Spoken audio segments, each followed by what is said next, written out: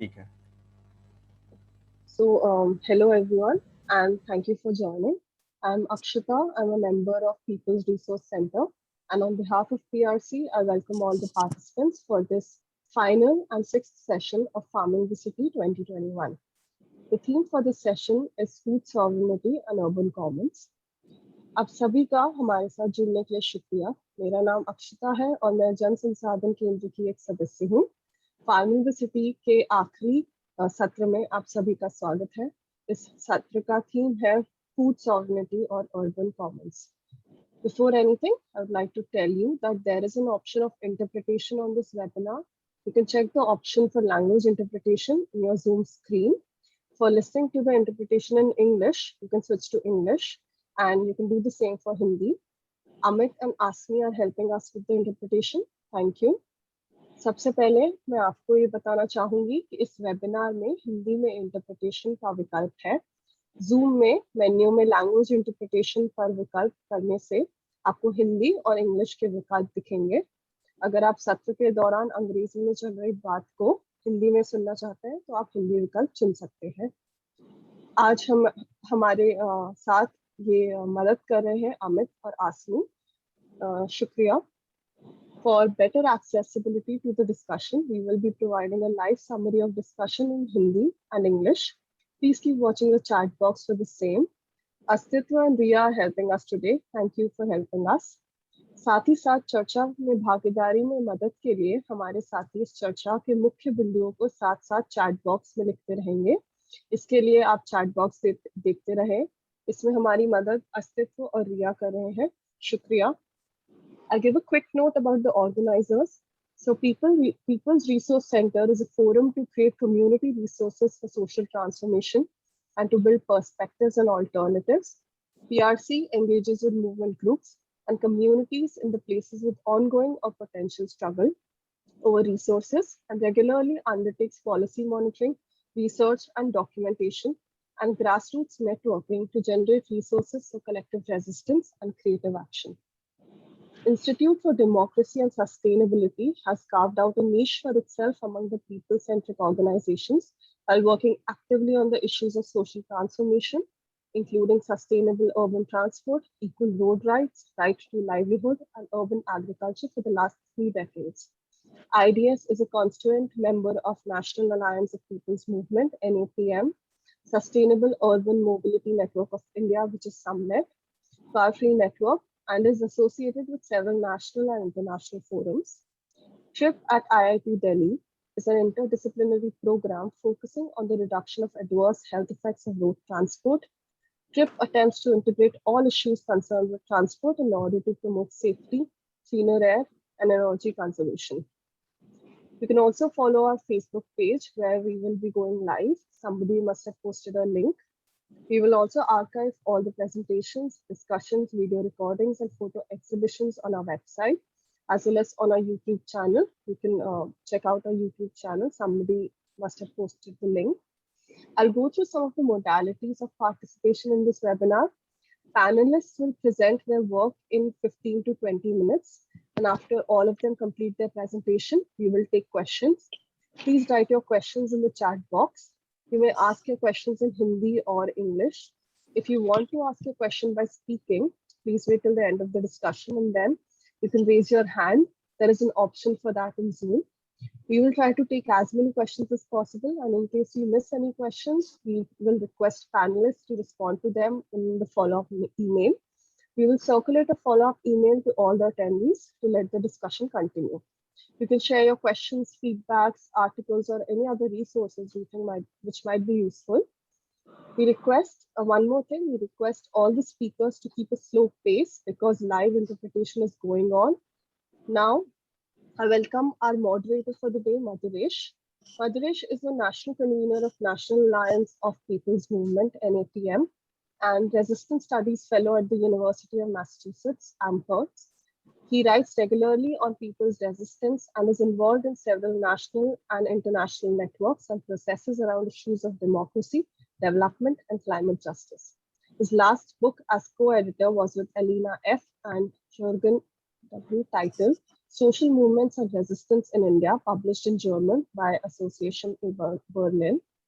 Currently, he's working on publication of a co-edited volume on plural narratives from Narmada Valley, which is to be published by Adivani in English and Navarone Publications in Hindi. Now I welcome Madhuresh to take the session forward. Thank you, Akshita, and welcome everyone.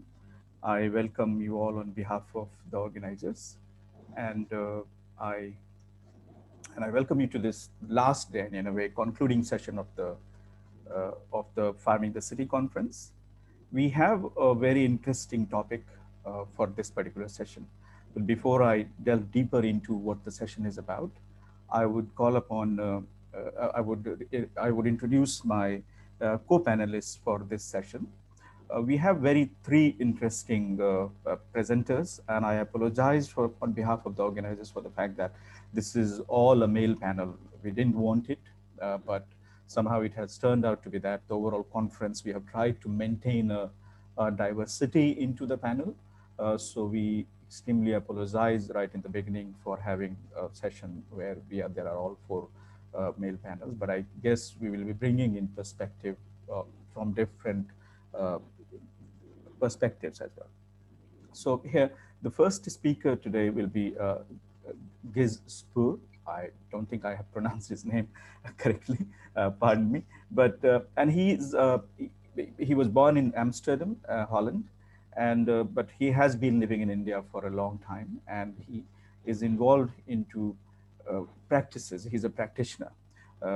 He moved to India to a farm to learn about farming, and since then he has studied agriculture. He has launched various ventures in organic, fair trade food and textile. In 2009, he's moved to uh, Oroville, where he is currently teaching, but also involved in practicing. खाना दे दो And he's co-stewarding a 9-acre reforestation site in Oroville. So he's involved in regenerating land and making it work.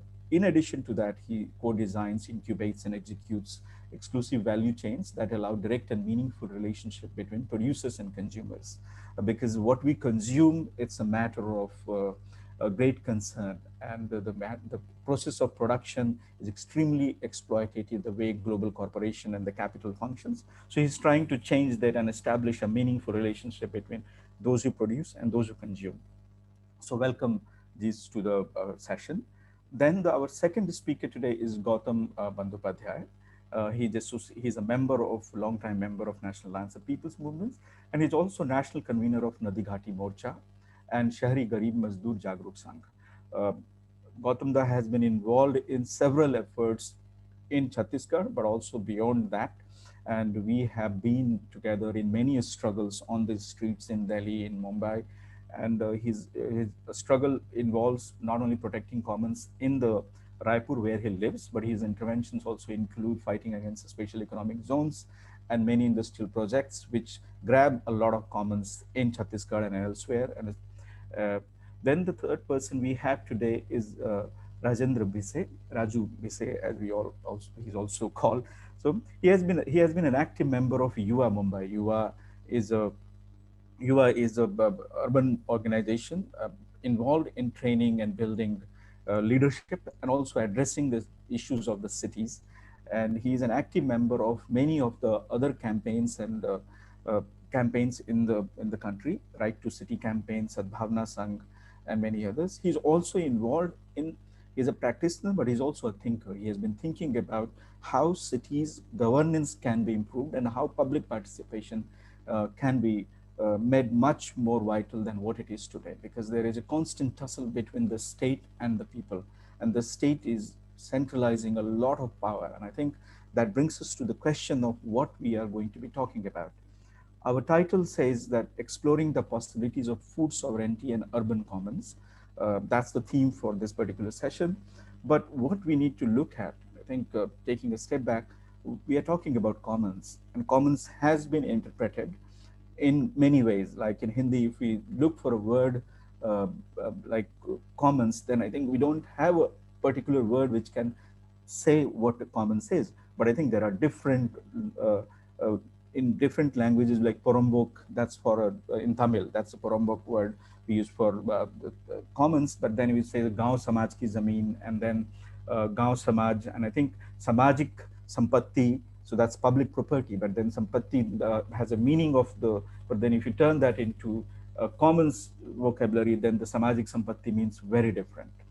Similarly, but in the context of the current discussion, the urban commons, most of our cities have actually grown on the commons.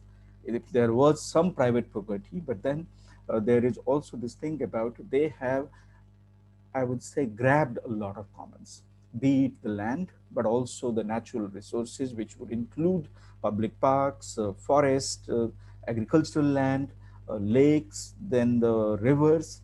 And we have constantly, our cities have been in a way gobbling up the commons. So what we are discussing today, and a lot of effort which is being paid today, is around the fact that we are trying to reverse this trend.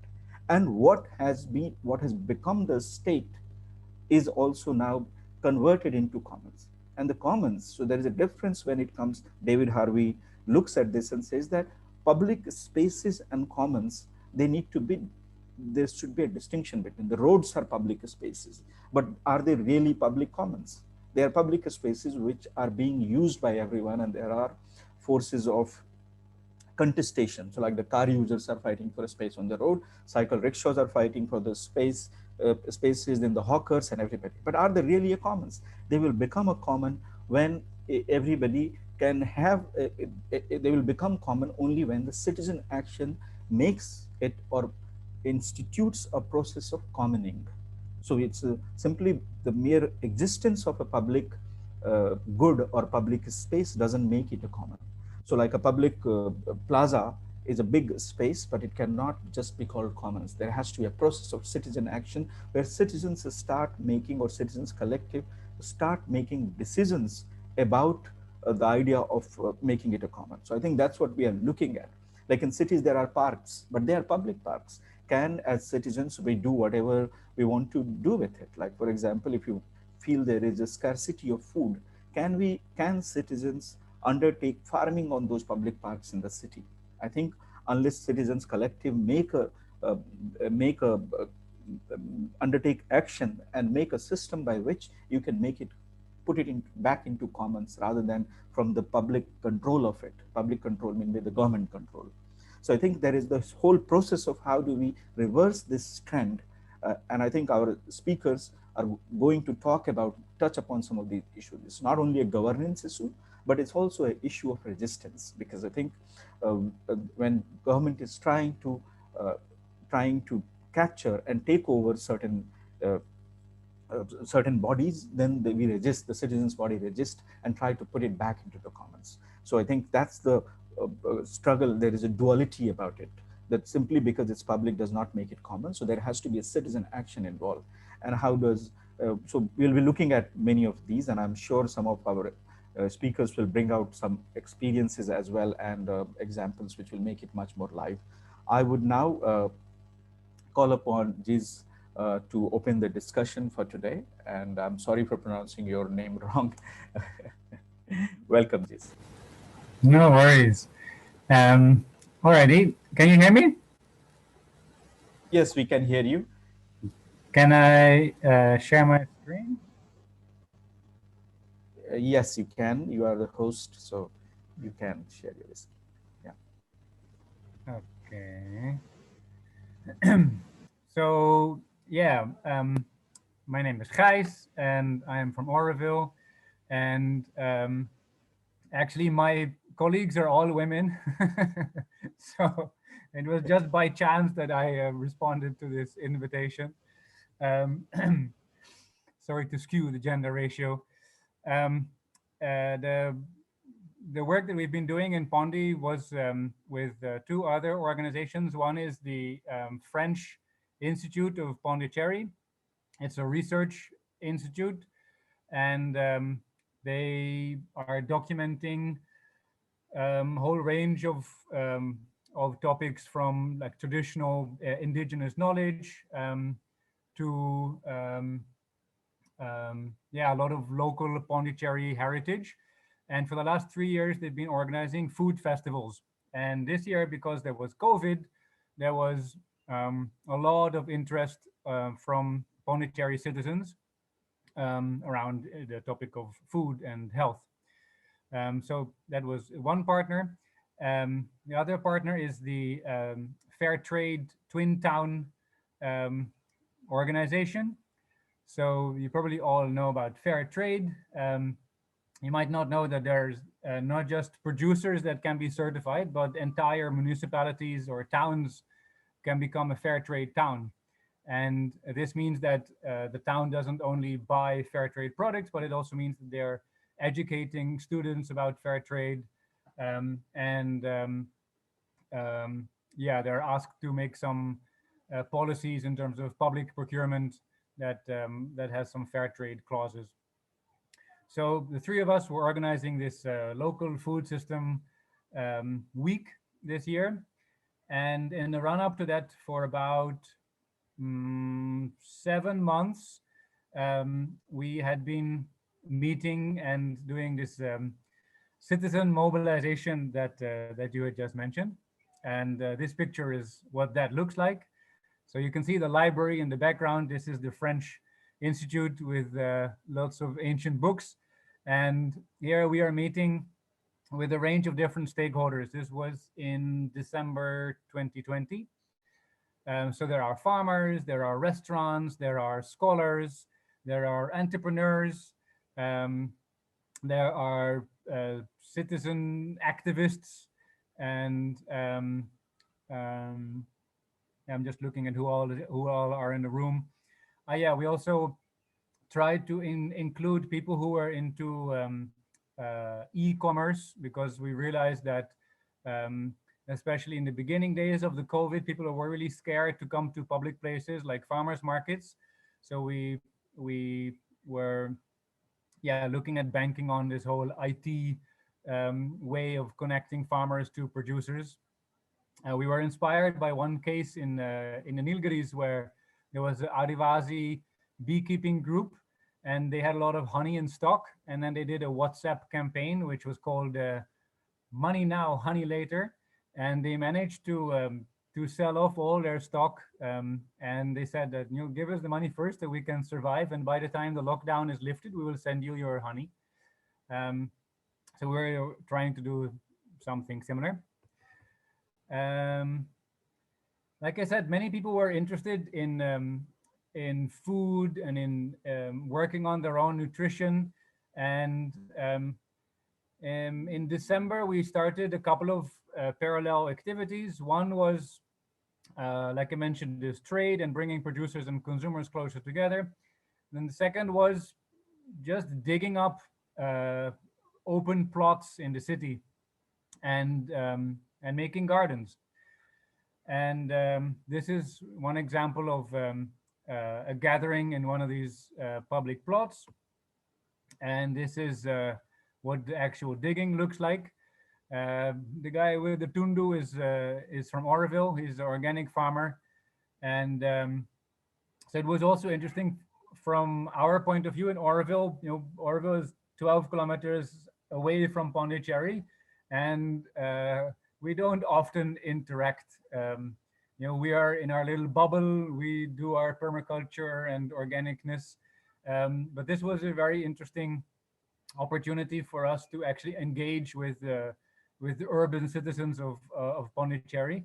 And we discovered that we had a lot of interests in common. And we also discovered that there's actually a lot of ecological knowledge that is still alive in the city. So when we're talking about the commons and about reclaiming sovereignty, I think we can look at multiple types of commons. One is maybe commons in terms of control over our own health and nutrition. Another one could be around eco-literacy and sharing the knowledge about local food and local ways of keeping yourself healthy and looking after the soil and the water. Another one could be this local economy. So the more we localize it, the more chance we have to actually actively govern it without depending on external forces. And this is interesting because what happened is that we were witnessing a couple of different festivals that often people in cities they would celebrate it. You know, many festivals have their origins in agriculture, um, but urban citizens they celebrate, but they don't have the connection with the land. So they are kind of, you know, the ritual is detached from the essence. And what was really beautiful to see is that as people started getting involved with the land, then the pujas became more meaningful, and like harvest festivals and so forth, where um, yeah, they made more sense. You know, they found their place. So this is something that was happening. Um, I actually ran out of pictures here, uh, but what we did in this the culmination, like I said, from December it took about 7 months um, to bring this movement together, and then in I think it was around June. Um, 20, is that possible? Yeah, June 2021, I think. Sorry, no, it can't be because we're June 2021 now. I think when was this? A few months ago, February. Wow. Okay. Sorry, my timing was off. So we met actually, I think, in December 2019 because it was before the lockdown. I lost track of time. Anyway, what we did in this week of activities was to present to the rest of Pondicherry and Oroville what we had been working on, um, and one of them, one of the activities was these farmers markets. As soon as the lockdown allowed, we had actual farmers markets with stalls and so forth. Um, we are still working towards a more regular farmers market, but there's it's like a chicken and egg situation. On the one hand, the consumers say, yeah, we'll come if there's enough supply, and on the other hand, the farmers say, yeah, we'll come if there's enough consumers. So we're still struggling um, with that. Um, which I'll come back to that because I think one of our main challenges in the Pondicherry scenario is who is the convener of this movement. So farmers markets were one thing that we did. Second thing was we did a cycle tour past a couple of these urban food gardens, and it was really nice because there's a cycling movement and they weren't into food much, they were into like exercise, and then there's a food movement and they weren't into cycling much, but this was a nice opportunity for the two to meet. And yeah, hopefully we will do more such sovereignty and local economy type cycle tours. And then we did the Kirai festival. I don't know if everybody knows what is a Kirai. Kirai is like gaon ka sabji, like it could be any kind of greens. So even this picture that you see on this poster, um, you know, whether it is amaranth or all kinds of edible weeds. Um, so what the institute, with the French Institute of Pondicherry has been doing is they've been doing scholarly research on local knowledge around these kirai, around these edible. Um, some are weeds actually, some are also cultivated, but greens, you can say local greens.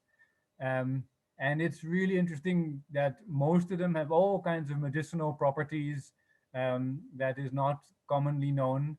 Um, and So yeah, we had a whole festival around that, and we also discovered that there are particular markets where they sell only whole range of kirai. I think there are livelihoods that are associated with the harvesting and marketing of those kirai.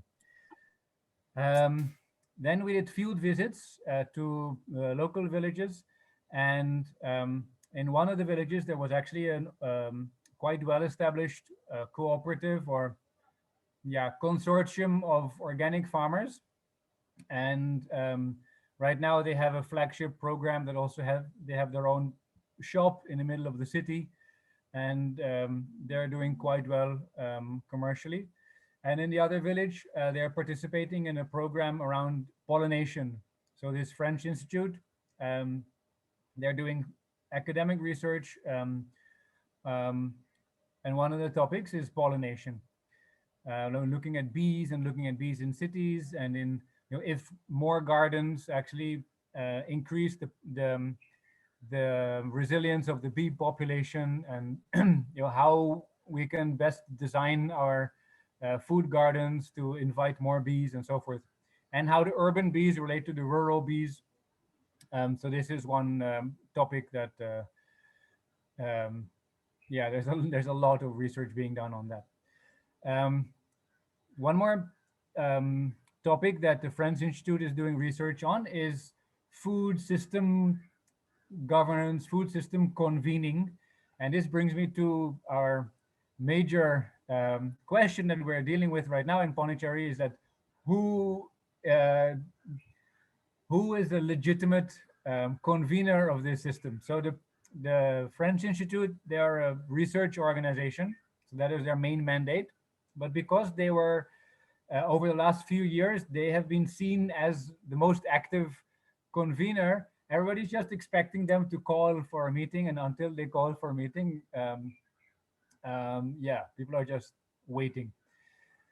And the French Institute is also a little confused about that. Does this mean that there's not enough citizen, appetite for a food system?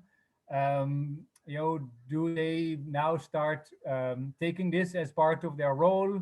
They're a little bit in an identity crisis. Um, and what is interesting is that something similar is happening in France. So this is a French research institute in Pondicherry.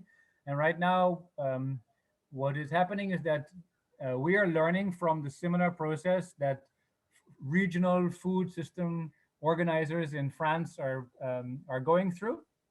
And yeah, they've got a lot more resources. Obviously, in France, they are very proud of their local culinary culture, um, and yeah, this is I think this is the next. Uh, so if we do this webinar like 1 year from now, we will be able to say what we have learned from our French peers, also about the role of different stakeholders, and what kind of commons governance models we can employ um, to keep this group together. If you look into the studies of the commons, there's all these rules by Elinor Ostrom. I think the 8 magical rules of how to govern your commons, which include, like, how to kick people out if they're not behaving, or how to make inclusive decisions, how to deal with conflict, and so forth. We are at a very early stage of learning about this. Um, we are doing one, I don't know, kind of a celebration of these 3 years of holding this topic. So we're actually publishing all the activities and the insights over the last 3 years. It will take another 6 months, I think, before we will, publish this as a little booklet. Um, and yeah, what we did in this webinar. Sorry, I'm just looking at the poster and it says webinar at the end. So from our organization in Oroville, we're also a member, just like NAPM is a member of Vikalp Sangam. And we shared with this Pondi food system platform about what we had learned from Vikalp Sangam and different food system activists in different parts of the country, like Bhopal and Chandigarh and Orissa and so forth. So we were actually proposing to organize some kind of a national network of food system organizers. And then this email came from the People's Resource Center in Delhi. So it seems that this network already exists. So yeah, thank you very much for listening. And I guess this is a little summary of what we have been up to. I'm sorry we don't have very powerful lessons of like how we managed to organize ourselves as a commons. It's a really, really important question, and we are just starting to scratch the surface. So we're keen to learn from our peers. Thank you.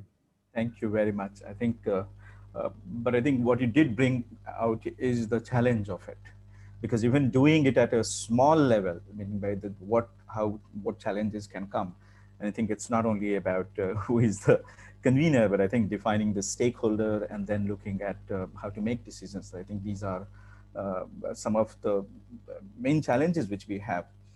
Because in the village commons, and I think this is what a question which has been constantly coming up. It's not only the question of the women, but the caste makes it much more that who has access to that commons. And you are pretty aware of how these things work. So I think that's a question. But I think the larger question from your presentation, which has come in, is that one is to look at the decentralization, the question of localization, and then also of the fact that there is a lot of knowledge which is there already. There is, we talked about ecological knowledge, that it's not that we have lost everything, even though the way civilization has gone ahead. It doesn't mean that we have lost everything, and there is still a lot of hope in which, if we make right effort and the speed with which we can make it work, I think not everything is lost. So thank you for that important reminder, and I think that's something which we are looking at. I think the challenge comes when we look at the big cities, these the Indian cities which are just burgeoning, going out to Bombay or Raipur. So we'll now move on to Raipur, where we look at hear from Gautam Da and see what has been the ये challenges. विषय शुरू कर सकते हैं क्या? मैं खाना खा रहा था।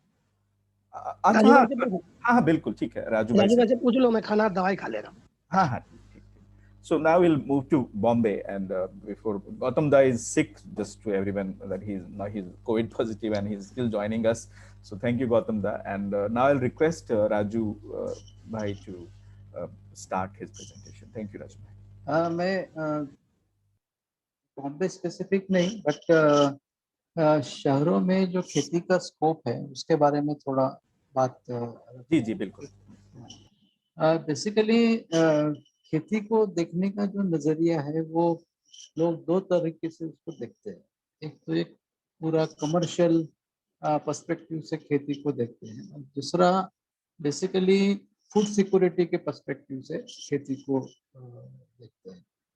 तो हम ये दोनों पर्सपेक्टिव से अगर शहरों में खेती को अगर देखेंगे तो क्या स्कोप दिखता है, उसके संदर्भ में मुझे लगता है कि सबसे खेती शहरों में मतलब खेती करने के लिए जो चीजें लगती है, एक तो है जमीन, और दूसरा है पानी, और तीसरा है खेती में काम करने के लिए मनुष्य बल, और चौथा है मार्केट और मार्केट के लिए उपभोक्ता, और पांचवा जो है कि बेसिकली एक एनवायरमेंटल पर्सपेक्टिव भी उसके साथ जुड़ता है, और छठवा है कि एक हेल्थ और न्यूट्रिशन वाला जो पूरा चीज है वो उसके साथ जुड़ता है। तो इन सभी परिप्रेक्ष्य में अगर हम शहरों में अगर देखें, सबसे पहले अगर जमीन की बात अगर करते हैं तो जमीन शहरों में जो उपलब्ध है,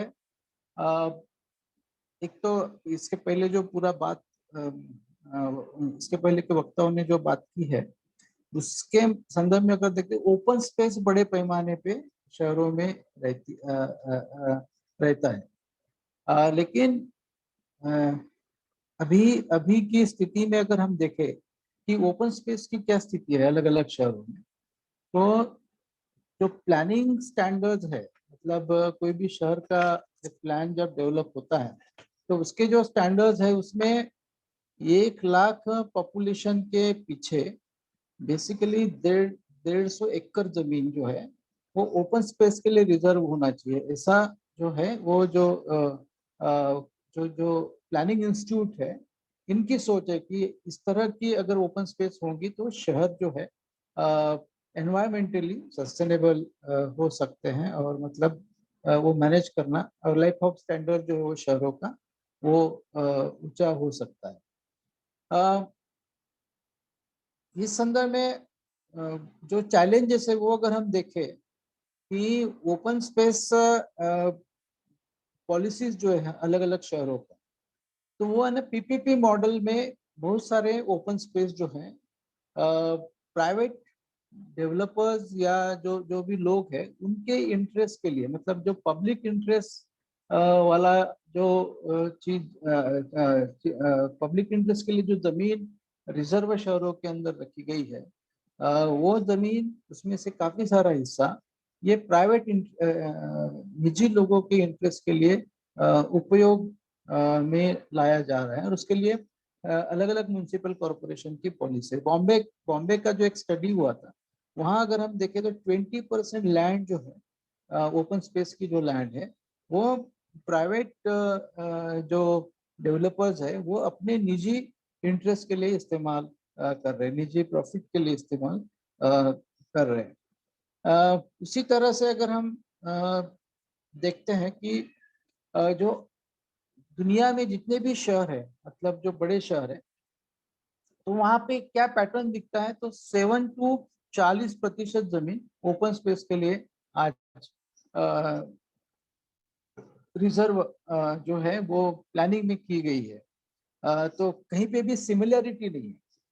तो हमें सबसे पहले ओपन स्पेस कितने प्रतिशत होने चाहिए और कितने प्रतिशत है और प्लानिंग स्टैंडर्ड्स क्या है, उसके ऊपर हमको थोड़ा जो है हमको स्टडी करने की जरूरत है। काफी लोगों ने स्टडी की है, बट हम उसको कैसे इस्तेमाल कर सकते हैं शहरों के अंदर की जो ओपन स्पेस है वो ज्यादा से ज्यादा बढ़े, ताकि जो जमीन है, जमीन ओपन स्पेस की जमीन अर्बन एग्रीकल्चर्स के लिए इस्तेमाल हो सकती है और ज्यादा से ज्यादा जमीन मिल सकती है। तो उसके प्लानिंग स्टैंडर्ड्स को भी समझने की हमको जरूरत है। दूसरा जो है, बेसिकली आजकल टेरेस गार्डनिंग का जो स्कोप है कि लोग और वो कर रहे हैं, मुझे लगता है कि उसको हम कैसे बढ़ावा दे सकते हैं, वो दूसरा मुद्दा है। तीसरा, ये हाइड्रोपोनिक फार्मिंग वाला जो है, उसके लिए भी ओपन स्पेस की जरूरत नहीं। वो आपके जो टेरेस है उसमें ही आप उसको वो टेक्नोलॉजी का इस्तेमाल करके कर सकते हैं।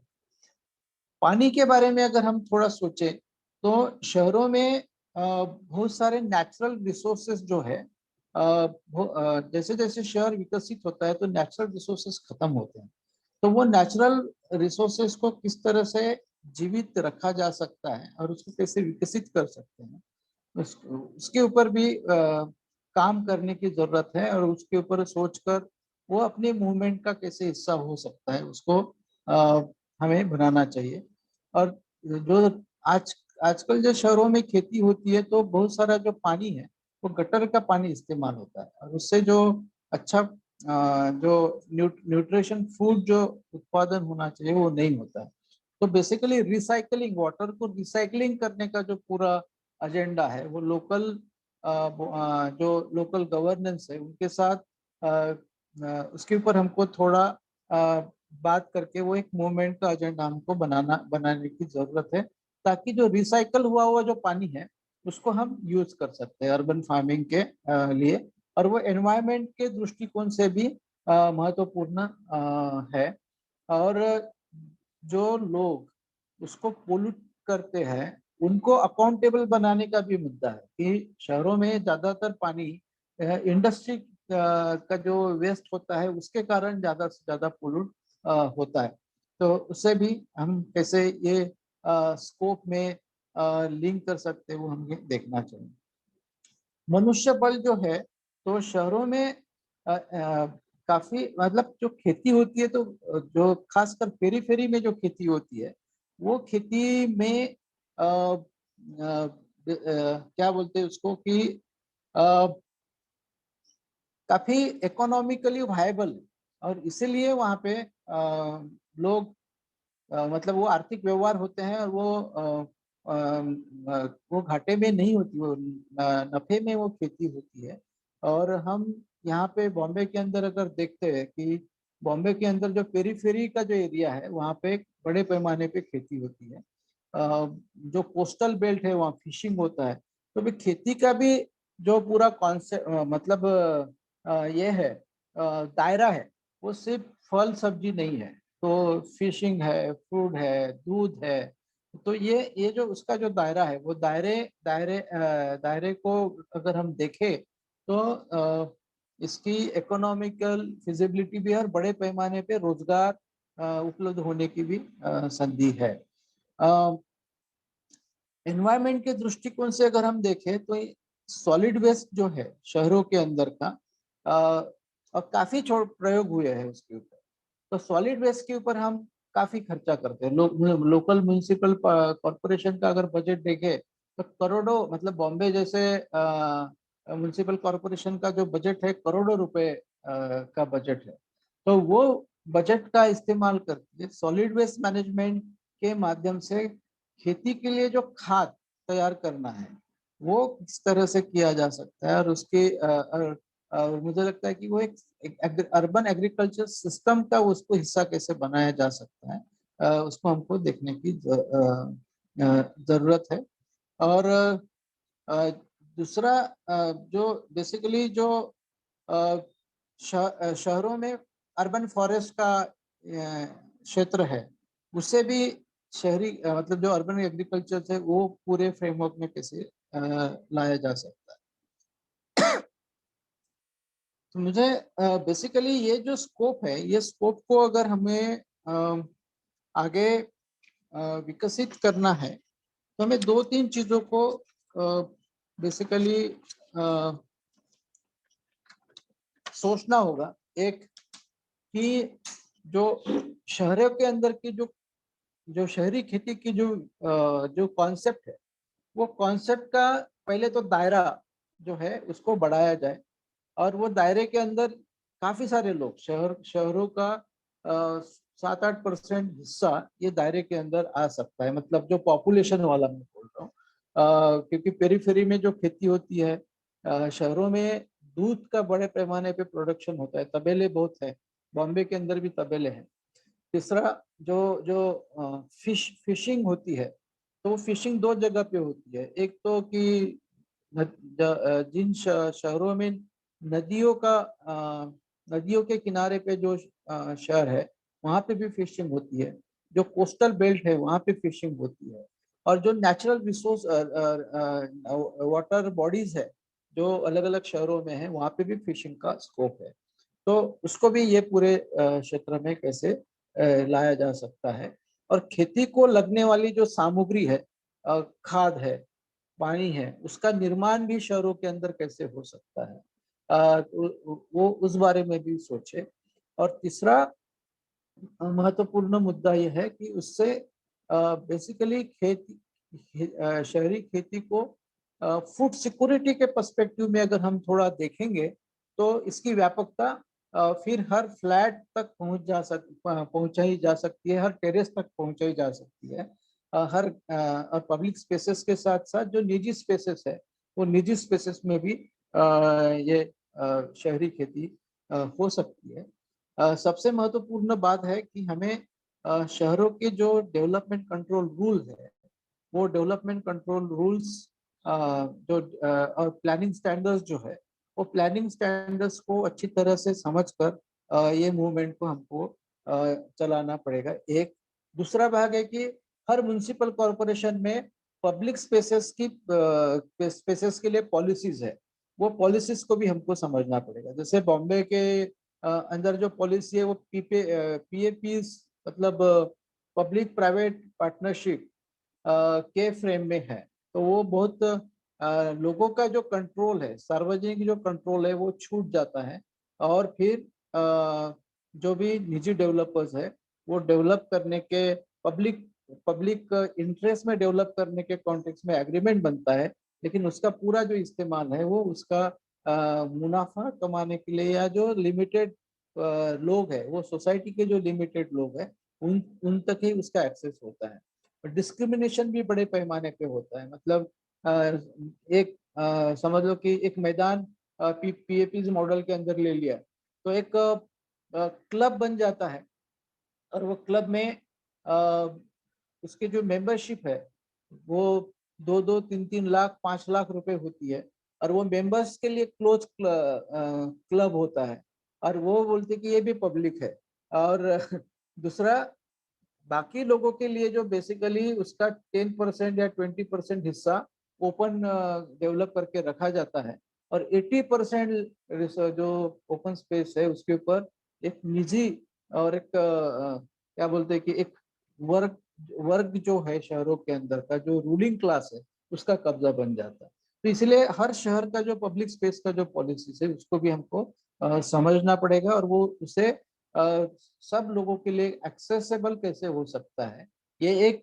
और दूसरा उसका इस्तेमाल एग्रीकल्चर के फ्रेम में अर्बन एग्रीकल्चर के फ्रेमिंग में अर्बन फॉरेस्ट के फ्रेमिंग में कैसे हो सकती है उसको हमको पोजीशनिंग करने की जरूरत है।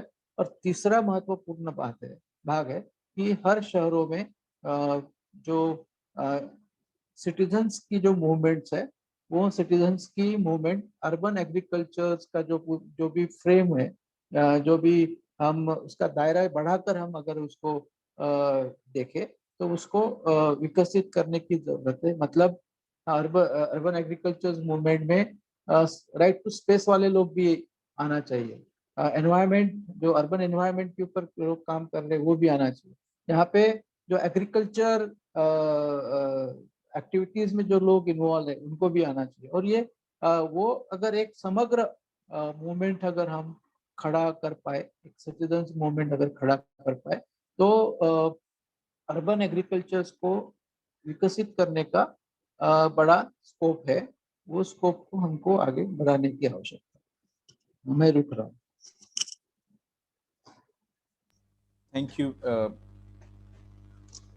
थैंक यू राजू भाई। आपने आई थिंक काफी फंडामेंटल सवाल उठाया, संभावनाएं तो दिखाई लेकिन फंडामेंटल सवाल भी उठाया, क्योंकि जिस तरह से एक कहीं ना कहीं एक आंकड़ा सरकारें कहती है कि 1/3 धरती पे मतलब फॉरेस्ट होना चाहिए, 1/3 एरिया फॉरेस्ट एरिया होना चाहिए, बट शहरों में वो सोच अभी भी नहीं है। और जैसे आपने आंकड़े दिखाया है, बॉम्बे में 20% और बाकी शहरों में 7 से लेकर 40% तक है।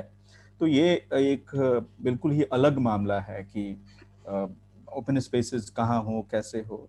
एंड जो पानी का जो सवाल आपने उठाया, पानी, खाद और जमीन, क्योंकि एक कई दूसरे सेशंस में हमारी बात हुई है जहां पर लोगों ने ये सवाल उठाया कि पानी कहाँ से आएगा शहरों में जहां पानी की किल्लत है काफी। ये बात सही है, but at the same time बहुत पानी वेस्ट भी है which can be retreated and which can be recycled. And जरूरी नहीं है, और जो घरों से भी जो पानी निकलता है that can also be used, it's not that it's a waste. एक तो सरकार वेस्ट ट्रीटमेंट करे, बट आई थिंक हमारा भी एक इंडिविजुअल लेवल पे, I think which is important that you pointed that that an individual level also there is an important point. And then I think the biggest issue is of urban agriculture system. There is no thinking around that. लोग सोच ही नहीं रहे हैं कि मतलब एक ऐसी जरूरत भी है जहां पर अर्बन एग्रीकल्चर सिस्टम हो, अर्बन फॉरेस्ट्री सिस्टम हो। तो एक सिस्टम थिंकिंग का अभाव है, और कहीं ना कहीं वह अभाव प्लानिंग में दिखता है, where people are not looking at the planning. So I think that these are the very pertinent questions, and I think ultimately what you just said, that the commons, how will commons happen? Because when even in the public projects or the private projects, and then the PPP projects, public private partnership projects, all three, the complete absence of citizens. I mean, they treat citizens only as receivers of service, and I think that is something which has to change. And also I think there is a change from the government in the system, but also change in the mentality of the people, that we are just not consumers. And I think that's something we need to think of and look at. So thank you very much for raising these points. And now I would call upon Gautam Da to make his presentation on how, and from his work in Chhattisgarh and also nationally, because he has been involved in many other national processes as well. So Gautam Da, please.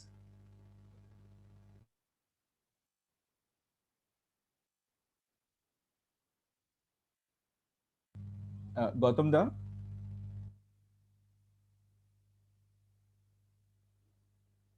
Hello? So unmute yourself, I guess. Some. Gautam? हाँ ठीक है। हाँ आप ठीक है?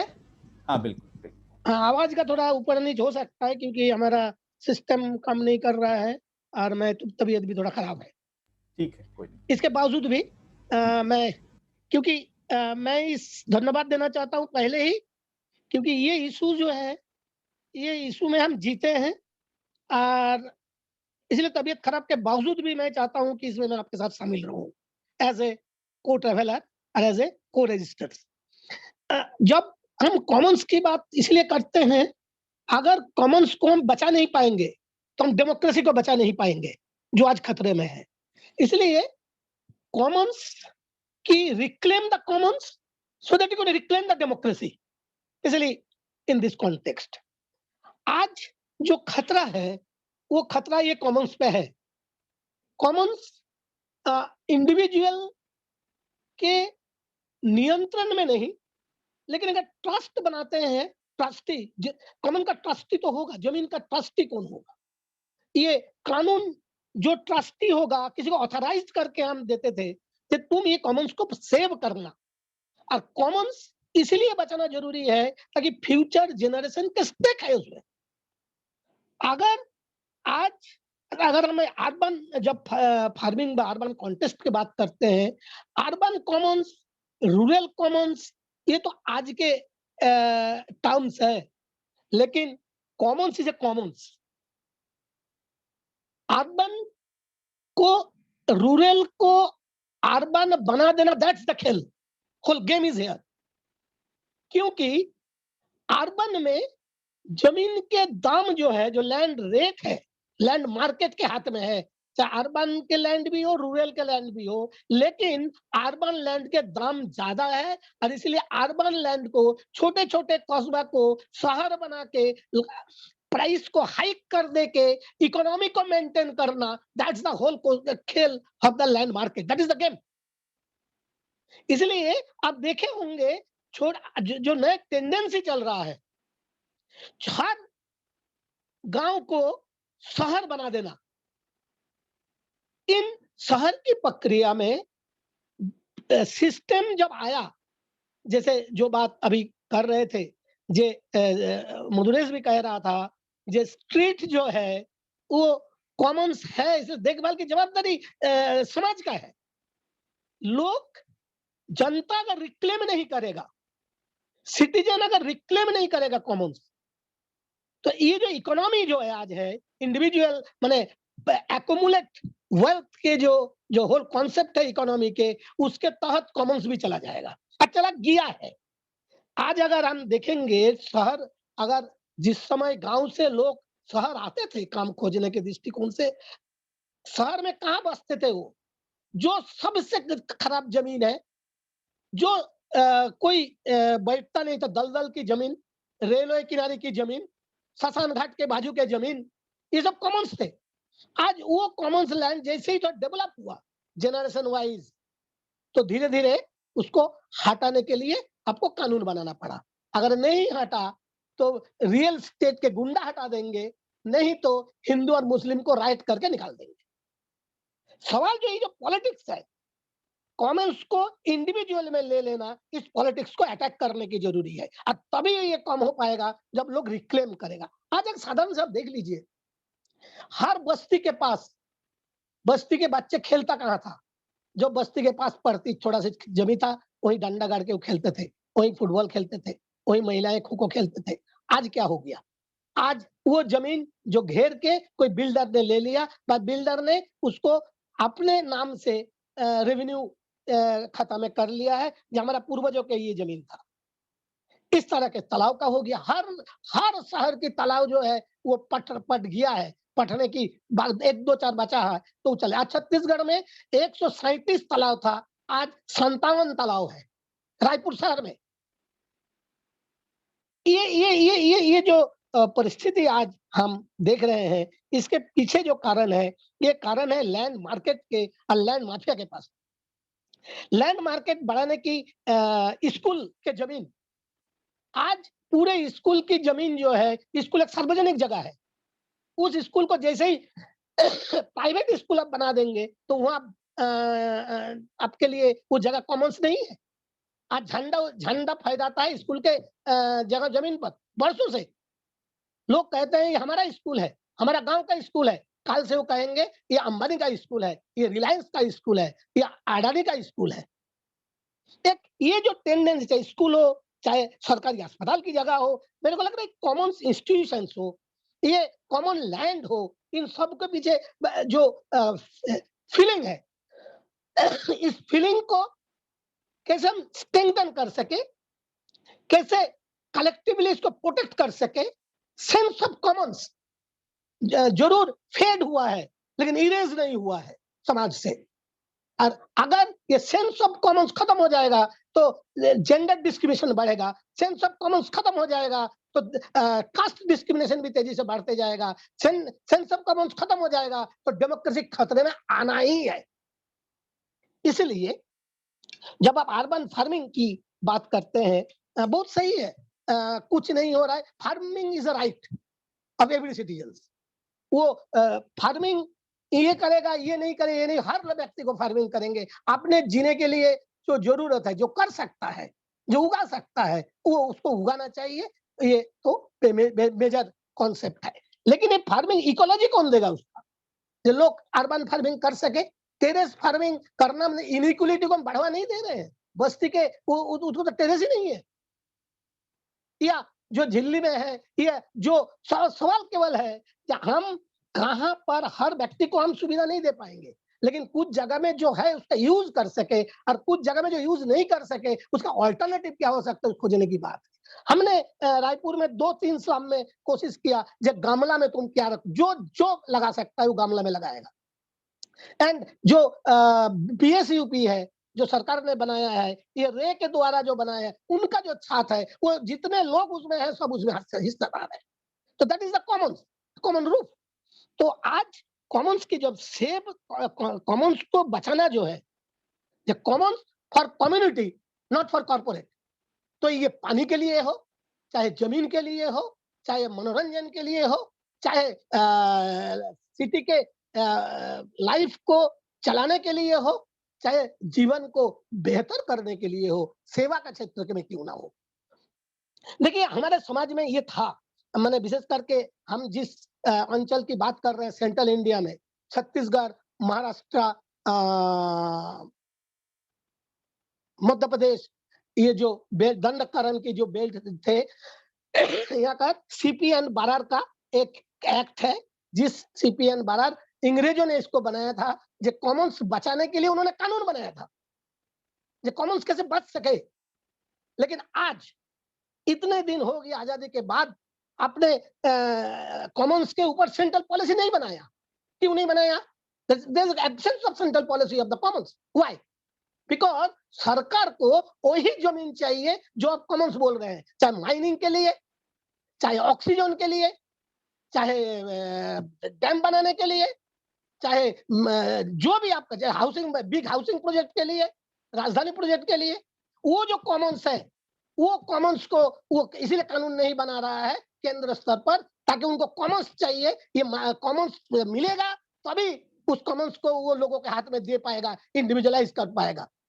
ये एक बड़ा खतरा है। आज अगर कोई हमें एडवोकेसी करना है तो कॉमन्स के मैं एक केंद्र सरकार एमओएफ के धरना में गया, मैं बहस करने गया था एमओएफ में, ये कॉमन्स है, तो उन्होंने कहा कॉमन्स बोल के कोई चीज होता ही नहीं है, आइदर वो इंडिविजुअल का है नहीं तो सरकार का है। ये बंगाल स्टेटमेंट के सेटलमेंट के दरमियान जो लैंड हुआ है, तो इंडिविजुअल का होगा, खातेदार का होगा, नहीं तो वो चला जाएगा, सरकार उसका मालिक होगा। ये जो जमीन के मालिक सरकार बनाने की एक बड़ा खेल है, ये कॉमन्स की अंदर डाल देने के लिए। खैर, मैं जो बात करना चाह रहा हूं, देखिए रायपुर शहर एक बढ़ती उठती शहर है, तो ये बड़ी खेल हो रहा है। खेल क्या है? घर तोड़ के पेड़ लगा रहा है और पेड़ काट के घर बना रहा है। ये 3 जगह में सरकार ने पुराना घर तोड़ दिया। क्यों? ना वो पेड़ लगाया जाएगा, ऑक्सीजन बनाया जाएगा। और 4 जगह में पेड़ काट दिया गया। क्यों पेड़ काट रहे हैं? ना ये सरकारी क्वार्टर बनाया जाएगा, मकान बनाया जाएगा विधायक के लिए, सरकार के लिए। ये जो इस तरह की जो एक नए विकास के जो मॉडल है, ये वर्तमान में जो विकास की पैमाना है, वो पैमाना में ही खतरा है। इसलिए क्या रूरल, क्या अर्बन, जो सिटी का जो डेफिनेशन है, वो डेफिनेशन का खतरा है, क्योंकि सिटी का स्ट्रक्चर में ही ये सेंट्रलाइज स्ट्रक्चर घुसा हुआ है। अब एक नया मौका हम सबके सामने आया है न्यू नॉर्मल सिचुएशंस में। आज सिटी वही बनाया गया था, नदी के लोग जब बसे थे नदी किनारे, और सर्विस को सेंटर स्ट्रक्चर करना, बिजनेस के सेंट्रलाइज करके, लेकिन आज वो है ही नहीं। आज बिजनेस ऑनलाइन है। आज सर्विस जो है केवल सर्विस जो है वो सिटी में अंदर है, लेकिन सिटी फिर भी लोगों के पास आज है, माने चार्म है, क्योंकि शहर है। इसलिए सरकार को भी उस शहर, तमाम कोई भी बड़े शहर ले लीजिए, जो चारों तरफ के गांव के जमीन जो है वो लैंड माफिया के पास चला गया है, और सरकार मना भी है कि ऐसे करके ही जमीन के भाव को हम बढ़ा पाएंगे, तो इकोनॉमी में बूस्ट ला पाएंगे। छत्तीसगढ़ में नया कानून एक आया है, जो कॉमन्स जो है, उस कॉमन्स को कोई आदमी अगर इंक्रोच करके रखा है तो पैसा दे के वो कॉमन्स वो उसका नाम में चला जाएगा। हम उस कानून के विरोध में लड़ रहे हैं। हम मतलब पूरा आज गरीब शहरी गरीब जागरूक मंच, और उसी तरह से जो तमाम सिटी जीने लायक सिटी कैसे बन सके। सिटी केवल स्मार्ट बन जाना ही और एक खतरे हैं। जब सिटी स्मार्ट हो जाएगा तो गरीबों के में जगह नहीं होगा। स्लम फ्री सिटी, इसके कॉन्सेप्ट जो कॉन्सेप्ट है वो अर्बन फार्मिंग कहाँ हो पाएगा, वो रिक्लेम कहाँ कर पाएंगे, ये जमीन हमारा है जबकि वो कॉमन्स के है। इसलिए आज इनइक्वलिटी की लड़ाई है, असमान वितरण की लड़ाई है। ये लड़ाई बराबरी की लड़ाई कैसे बना सके। अगर समाज के अंदर गैर बराबरी घुसा रहेगा और हम बाहर में गैर बराबरी दूर करने चाहेंगे, हो नहीं सकता। ऐसे ही गैर बराबरी समाज के अंदर बाहर रहेगा, और स्कूल में गैर बराबरी दूर हो जाएगा, बाहर गैर बराबरी रहेगा, हेल्थ में गैर बराबरी दूर हो जाएगा, ये नहीं है। हमें गैर बराबरी की विरोध में, जो गैर बराबरी को दूर करने में तमाम जो संघर्ष हो रहा है, उस संघर्ष में हमको जाना होगा। और इसलिए हमने इस बड़े कैंपेन को हम इस लेवल में लेके जाना चाहते हैं, और आप सबके साथ उम्मीद भी करते हैं ये कॉमन्स को अगर बचाना इसलिए जरूरी है कि हमें डेमोक्रेसी को बचाना जरूरी है। इन परिस्थितियों में आज जब हम बात करते हैं, कोई भी गांव के शहर में आप चले जाइए तो शहर में आप देखेंगे जे उन शहर में पहले हर हर हर बड़े शहर में नदी था, चाहे वो नदियाँ जिंदा है चाहे नदी नहीं है। हर शहर में तालाब था, क्योंकि उसी तरह से स्ट्रक्चर था। तो वो तालाब नदी, उनमें जो मछुआरा थे, जो निषाद समूह, जो धीवर समूह, जो कुम्हार समूह, अलग अलग तरह के समूह थे, अलग अलग समाज में, अलग अलग टाइम में। तालाब में खेती करने वाला, तालाब में नदी के किनारे खेती करने वाला, मछली पकड़ने वाला फिशरमैन, इन सब आज कहाँ है? इन सब भूमिहीन है आज। आप कोई भी जगह में सर्वे करके देख लीजिए। और इनके जो जमीन था, ये जो थे, और वो है कहाँ?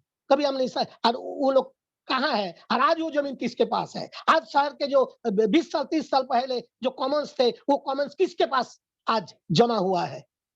ये मेरे को लग रहा है कि इन संघर्षों को हमको एकत्रित करके एक बेहतर कॉमन्स की संघर्ष की ओर हमें बढ़ना होगा। न्यू नॉर्मल सिचुएशंस, बहुत सारे संभावनाएं हमके दे के भी जा रहा है, इसलिए इनको लेते हुए हम कैसे आगे बढ़े, ये देखने की आज जरूरी है। केवल गांव reclaim the Commons and Commons for the community not for corporate, ये लोग के हमें बढ़ना होगा। और इन बातों के साथ मैं अपनी बात को समाप्त करता हूँ। थैंक यू गौतम दा। बिल्कुल कोविड होते हुए भी और लग नहीं रहा है कि आप बीमार हैं, सो अच्छा लग रहा है सुन करके। Thank you. And I think you have raised very important questions. I think the commons is not only about commoning, and I think it's about that, the heart of the democracy, that what we are talking about, what we are saying, and what democracy means. So it's a very fundamental reminder that it's not about just food systems or the local system, but it's at the heart of the democracy, that how do we actually talk about commons. And I think in that, the way our cities have grown, and the way I started with saying that our cities, it won't be far-fetched to say that our cities have grown up on the graveyard of the commons, actually, because it has grabbed everything, it has appropriated everything. And I think the biggest victim has been those at the margins. As you rightly pointed out through various examples, the fisher folks, the agriculturists, the labor, the peasants, and the many others within the cities, those who are at the margins of the cities, urban poor, they are the ones who are the biggest loser in every other project, whether it's the private, public, and public-private partnership. So that's a very useful reminder. And I think it cannot, the struggle for commoning in the cities cannot be achieved just by looking at individual systems. And I think this is a useful reminder, because this is something we have been talking about, the urban farming, and uh, looking at these questions of the terrace farming and various others. So it's true that there is inequities, but at the same time, one needs to be, unless you talk about the class within it and the inequities within these new forms what we are talking about, it cannot be, it won't be a complete project, because otherwise we'll be able to achieve our food systems and make cities self-sufficient, but for whom, for what? I think that question also needs to be asked, and that's a very useful reminder. Now we will open up the session for discussion. So we have, I think, roughly another half an hour time for looking at discussions, and then Rajendra, Ravi, and the organizers have to make some announcements. So we have half an hour. I would request those who have questions to raise your hand, and then you can put your questions here, or you can also speak. So there is no problem about speaking. We are very few of us here. Soma has already requested me that she wants to make some interventions. So I will request Soma ji to make her points. So over to Soma. And then others, please raise your hands or write down your questions. I'll be able to call upon. Thank you, Madhuresh. Am I audible? Yes, you are. Okay. Yes. I'm going to switch off to video because there's a problem with the connectivity. But I wanted to appreciate the points made by the speakers, but also to pick up on a point that you made yesterday, day before yesterday, in the panel where I was speaking, as well as a point made in the previous session by the very enthusiastic and sharp presentations this morning. The whole issue of working as community is very related to the point of protecting the commons, of working with the commons. So this whole thing of community and commons has really built the social relations within which we are embedded today. And I think it's important to look at that in the context of the city and the urban spaces and how those are getting appropriated into private control. Because as the city grows, if we take the example of Delhi, the urban land prices and the urban land use policies seem to go hand in hand. And as soon as informal sector workers have settled into a part of the city, largely on its fringes, they provide the labor force for the communities, for the middle class and the upper class. They construct the houses and the infrastructure. They get dislocated from those peripheral areas of the city, and the city expands to capture that space and to tell them that they are now encroachers and they need to move away. So they either get criminalized or displaced and rehabilitated in distant places. Rather than allow that to happen, we had hoped in the 90s, 80s actually, that the city planning process would become more in situ absorption of communities to be able to strengthen their livelihoods and strengthen the housing processes in those communities. What we find today in the name of parks, for instance, even in our own neighborhoods, the common lands have been converted into parks for leisure. And those who were the users of those common lands, the grazers, those women who used to go to collect the herbs and the seeds and the dry foods, because we know that uncultivated foods are still part of the urban diet as well for the the Laldora areas and the villages within the city. Many people still consume, but they are denied access and told that this is not your area. My point is that we need to push for an agenda that is looking at urban planning and urban policy to look at communities in situ to be part of this planning process and to be part of the engagement to restore whatever land uses we want to strengthen the sustainable livelihoods as well as the ecology of those regions. Water, for instance, is very often diverted into other uses, but the commons are really the sponges of the city. So even that, when settlements are coming around water bodies, those become high rises and those water bodies become privatized. So I'm just making a point about how urban land use policy also needs to be influenced along with our organizing and protesting against the capture of the commons, as Gautam Bhai and other speakers have mentioned. And one last point on what the first speaker had mentioned in the Pondicherry experience. It's really good to see the Auroville community taking this forward. But what has made it possible to reflect upon the morning session, the building of a community across multiple stakeholders that brought in the university system, research institutions, agriculture departments, enthusiastic people who have been practicing commons-based livelihoods as well as restoration of sustainable agriculture in peripheries and within cities. It has really brought a whole lot of synergy.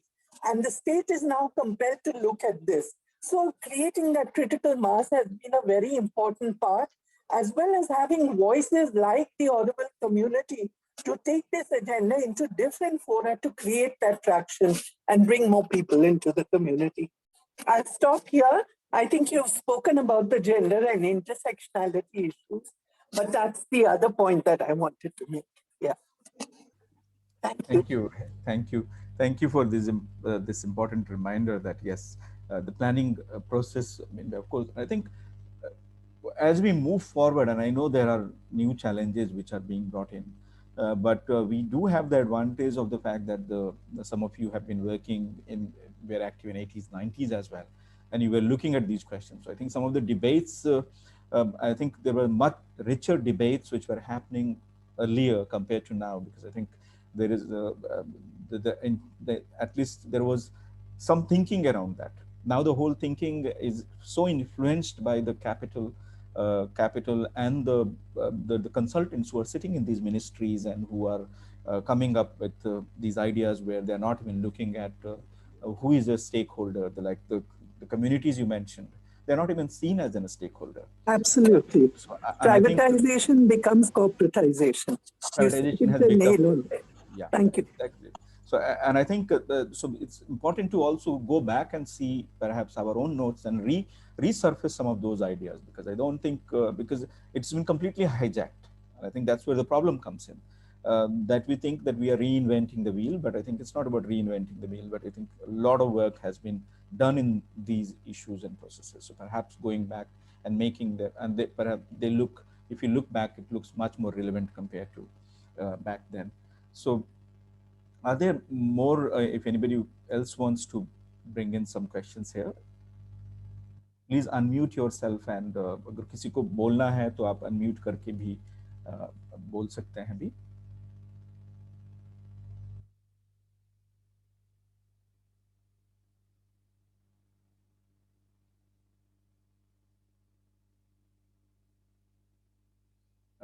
I don't think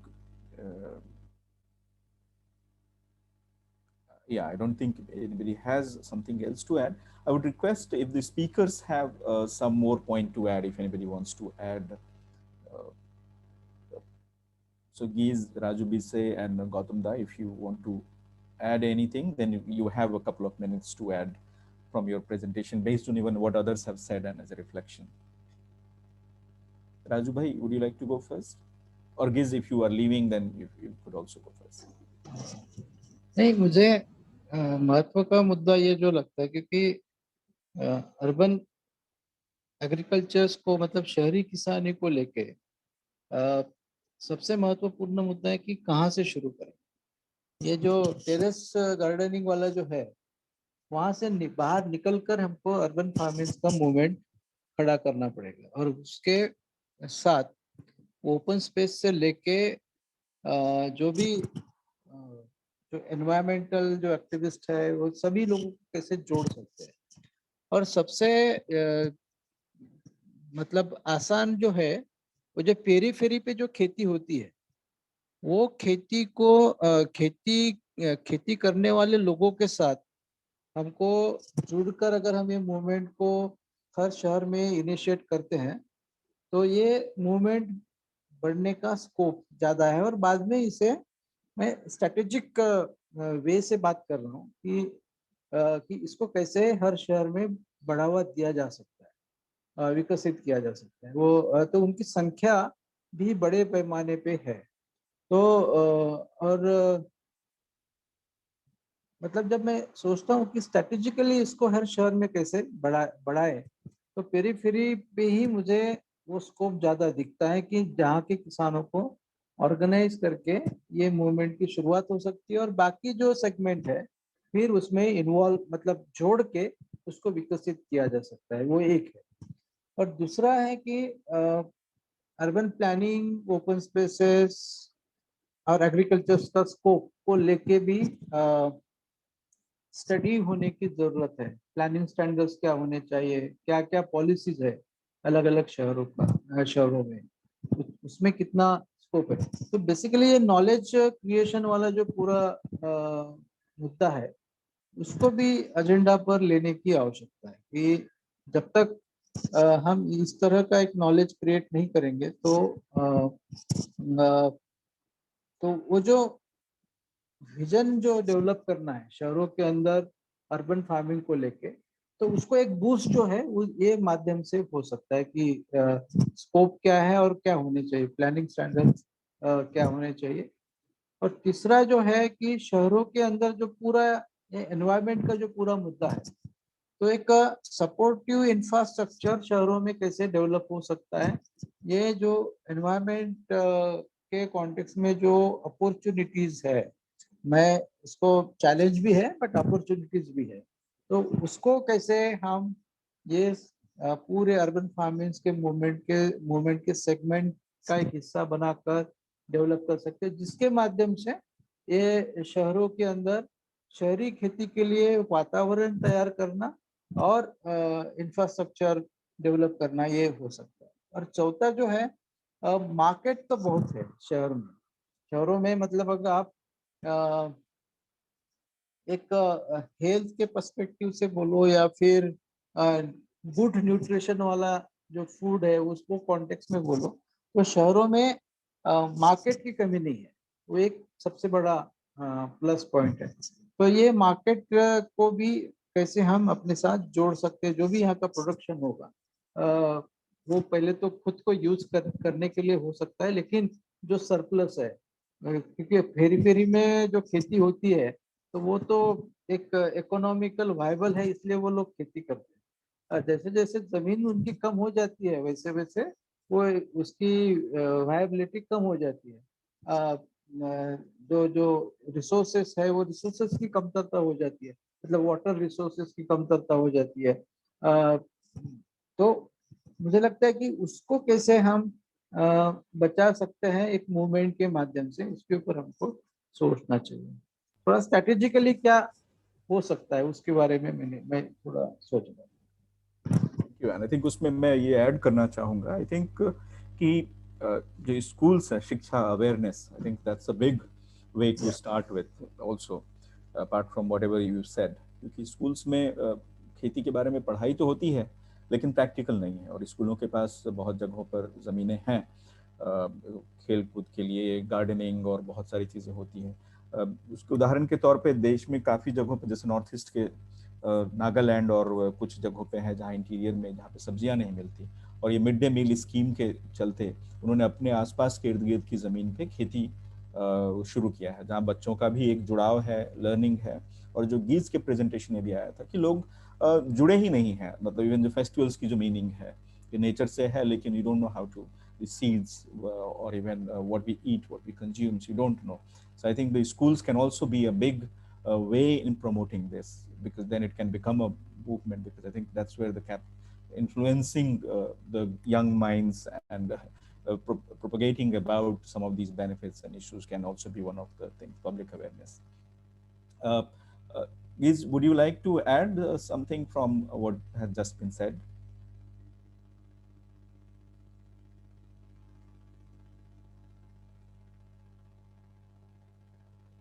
hello Gautam दा, आप बोलेंगे मैं कुछ? कुछ बोलूं? अच्छा, जी। देखिए एक तो क्या है कि ये जो कॉमन्स की पूरी बचाने की जो लोगों की प्रयास रहा, सुप्रीम कोर्ट बीच-बीच में 2 बार इस पर इंटरवेन किया और उन्होंने कहा जे हमारे समाज इतना बेवकूफ नहीं था जे कॉमन्स बचाया, कॉमन्स के लिए कॉमन्स बनाया। ये बहुत बुद्धिमान थे, ये भविष्य के बारे में सोचते थे, इसलिए कॉमन्स बनाए थे और वो कॉमन्स के कॉन्सेप्ट के साथ जो कॉमन्स के स्ट्रक्चर बना था, जो गवर्नेंस सिस्टम थे, उसको रिवाइव करना, रिबिल्ड करना, ये स्टेट का रिस्पॉन्सिबिलिटी है। इतना कहने के बावजूद स्टेट उसमें काम नहीं कर रहा है। सी अब कारण क्या है? कारण ये है कि जिस दिन वो कॉमन्स के प्रोटेक्शन के लिए कोई पॉलिसी बनाएगा, तो रिसोर्स को लेने में वो रुक जाएगा। नहीं ले नहीं पाएगा, उसका कोर्ट जाएगा। इसलिए वो खेल मैदान की बात देख लीजिए। हर शहर में खेल मैदान धीरे-धीरे कम होता चला गया और खेल मैदान, यहाँ का खेल मैदान शहर के उस किनारे में जाके खेल मैदान होगा। ऐसे परिस्थिति में नए स्ट्रक्चर, नए गवर्नेंस, नए इंस्टीट्यूशंस की बात हमको करना होगा। जो पुराना इंस्टीट्यूशन थे, they are failed to fulfil the aspiration of the peoples and the community. नए इंस्टीट्यूशंस क्या होगा? इस पर हमको थोड़ा काम करने की जरूरी है।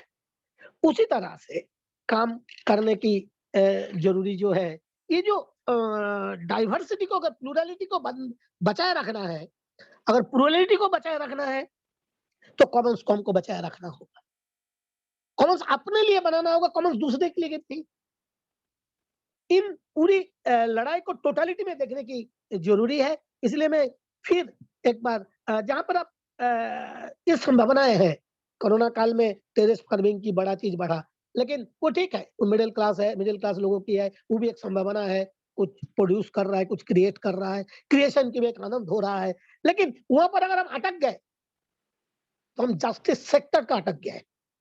जो मेजर सवाल है, जो जस्टिस की मामला, मेजर सवाल फार्मिंग इज राइट। मेजर सवाल है जे जमीन बाजार का नहीं, जमीन समाज का होगा, स्टेट उसका ट्रस्टी होगा। हम ज्यादा रिवर्स नहीं कर पाएंगे, लेकिन 2-4 जगह के भी अगर केस स्टडीज हम इकट्ठा कर पाएंगे, तो एक नया बूस्टअप हम दे पाएंगे, क्योंकि हर चीज न्यू नॉर्मल के तरह देखने की हमें जरूरी है। इन सब बात है। सी शोर की जो बात है, सी शोर मछुआरा का मछली सुखाने के लिए जगह था, आज वो होटल बन सकता है, लेकिन मछली सुखाने के लिए नहीं दिया जाएगा। इन सब नए-नए जो कानून आया है, उसको देखिए ना एक बार। चाहे एफआरए के बाद भी देखिए, सीएमजेड के बाद देखिए, हर कानून को आप देख लीजिए। हर कानून से कॉमन को हटा लेने के कार्यक्रम, control over the state, nation state control करेगा। कॉर्पोरेट के कहने पे कानून बनेगा, जो कानून छीन लेगा। इस पर अटैक करने की जरूरत है। हमको लगता है कि हम लोग जीतेंगे, इस आशा के साथ इनकलाब जिंदाबाद। Thank you. I think, yeah, I don't have to add to what you just said.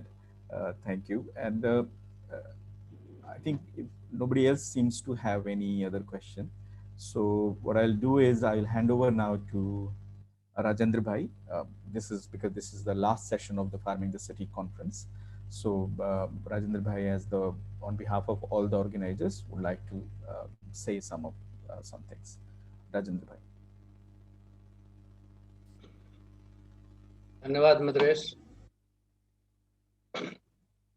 Welcome. मैं अपनी बात 2 तरह से रखना चाहूँगा। एक तो जो सीरीज हुआ है पिछले 3 दिनों से, जिसमें 6 सत्र हुए हैं, उसके बारे में, और दूसरा जो आज कॉमन्स की जो बातचीत हो रही है उसके बारे में। तो पहले मैं कॉमन्स के बारे में थोड़ा जो मेरी जानकारी या दस्त या अनुभव है उसके शेयर करना चाहूँगा। गौतम दा ने कहा कि प्रॉपर्टी जो है वह या तो सरकारी है या इंडिविजुअल है, तो फिर कॉमन्स तो है नहीं कहीं। ये पूरा का पूरा जो फ्रेज है वो बदल गया है।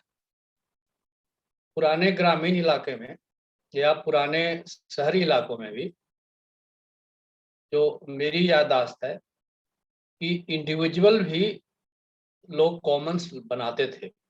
इंडिविजुअल जो व्यक्तिगत तौर पे जो समृद्ध होते थे वो कॉमन लोगों के लिए कुछ न कुछ सुविधाएं अपने जो भी उनके एक्सेस में होता था उसको बनाते थे। जैसे उदाहरण मैं दूं कि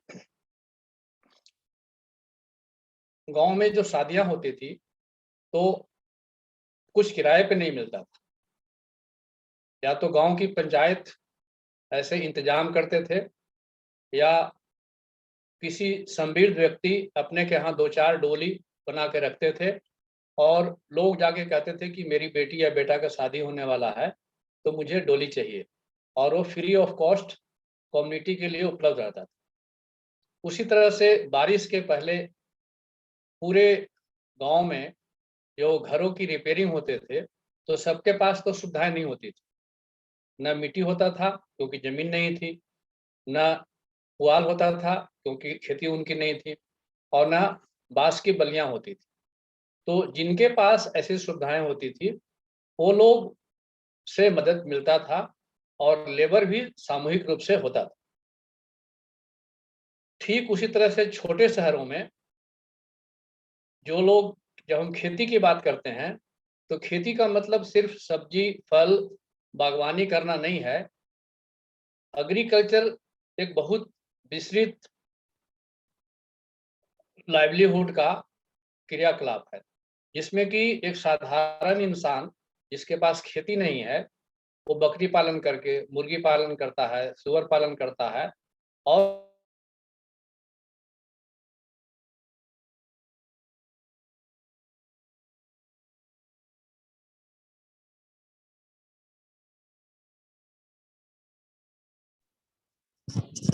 आवाज चला गया।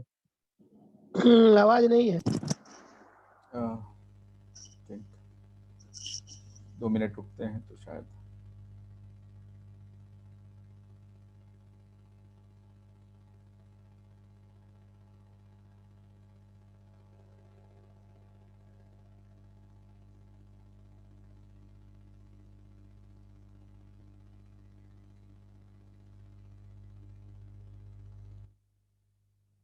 Nishant,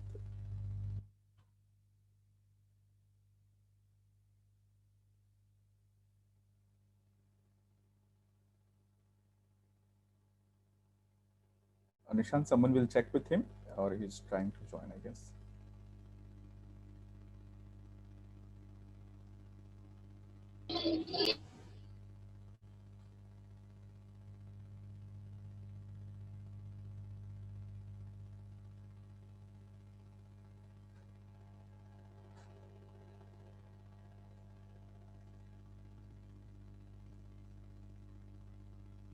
Yeah, I know he dropped off the meeting. So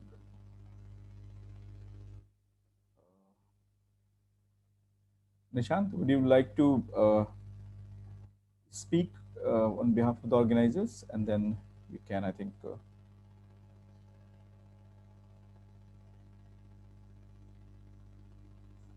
I think he should join, but and also my voice is really not good at this time. I think I don't know, but I will try to. I mean, I really want to thank all the speakers who presented in the past 3 days, and it was really a learning experience. I think we thought we had already. We were already aware of a lot of issues related to urban farming when we organized Farming in the City first last year. So we expected not to learn too many new things in this convention, but I think that, I mean, fortunately that didn't happen. We got to learn a lot of new things in the 6th session, new questions emerged, and we went into more depth in terms of the research questions, in terms of the need for a more robust research on these issues to support the advocacy efforts, new directions which can be helpful to do better advocacy for urban farming and related interventions. So it was really interesting, and we also covered a lot of these aspects, which I think we know that have rarely been touched upon. For example, its connection with climate justice and its urban context, and the whole gender dimension and gender justice issue.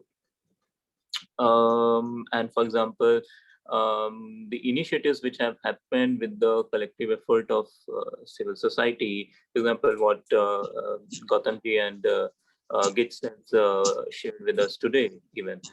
One of the things that I think we need to carry forward beyond this convention is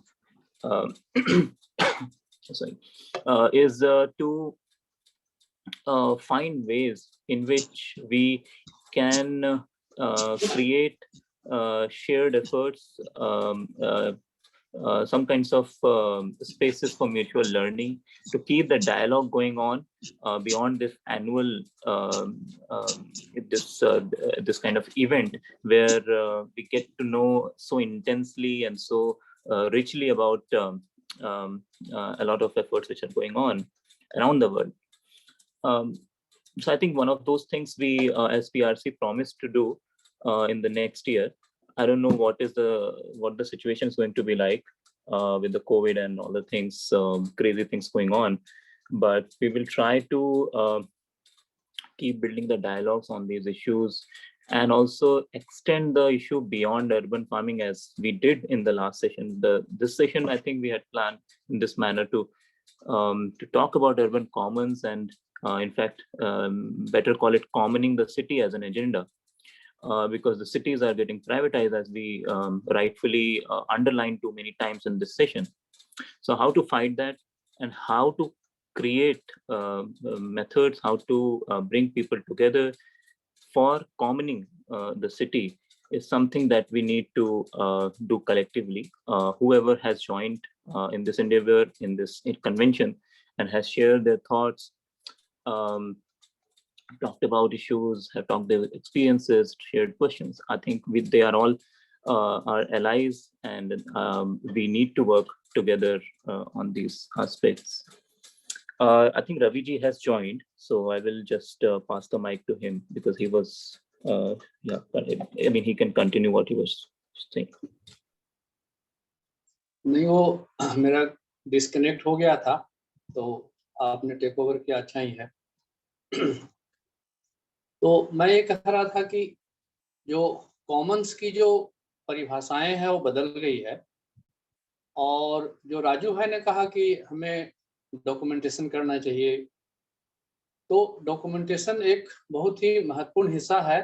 खास करके जो आज के generation है वो उसी को मानता है कि या तो इंडिविजुअल प्रॉपर्टी है या तो फिर सरकार की है, जबकि कॉमन का मतलब है कि सरकार का नहीं है, सरकार कहीं से उसमें आती नहीं है। सरकार की सिर्फ एक ट्रस्टीशिप है जो उसको मैनेज करती है, ताकि कोई दबंग आदमी कब्जा नहीं कर ले। तो उस हिसाब से अगर आप देखें कि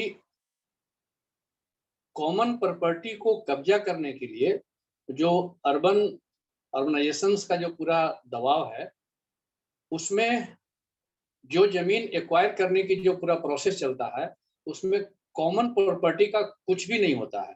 वो सिर्फ सरकार ले लेती है और फिर वो कारपोरेट को दे देती है। और इससे भी आगे बढ़ करके सरकार कर रही है कि चूंकि जिस तरह से सरकार चाह रही है कि शहरीकरण हो, और उतना स्पीड से शहरीकरण नहीं हो रहा है, इसलिए सरकार गांवों को ही शहर के तौर पे बदल रही है। अगर आप दिल्ली का उदाहरण देखेंगे तो दिल्ली में तमाम दबाव के बावजूद भी शहरीकरण के वो स्पीड नहीं था जो सरकार चाहती थी। इसलिए पूरा पश्चिम दिल्ली और उत्तरी दिल्ली का इलाका अभी भी खाली है, और वहाँ कृषि बड़े पैमाने पे होती है। वहाँ पे चुनी हुई सरकार थी, ग्राम पंचायतों के चुनाव हुआ करती थी और वो मैनेज करती थी। लेकिन सरकार को लगा कि इस तरह से अगर होगा तो हमारा जो एजेंडा है कि जमीन लेकर के किसानों से और जो कॉमन प्रॉपर्टी है वो सरकारों को देना है, वो तो मुश्किल होगा।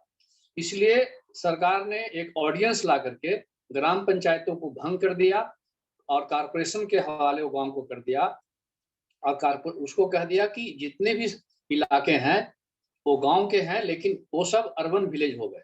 अर्बन विलेज अनाउंस करते ही जमीन का जो उपयोग है वो बदल गया। अब वहां पे खेती नहीं हो सकती, दिल्ली में लीगल तौर पे खेती नहीं हो सकती, क्योंकि वो अर्बन विलेज आ गया है और मास्टर प्लान के पैरामीटर से अब वहां पे खेती करना, पशुपालन करना कोई बंदिश है।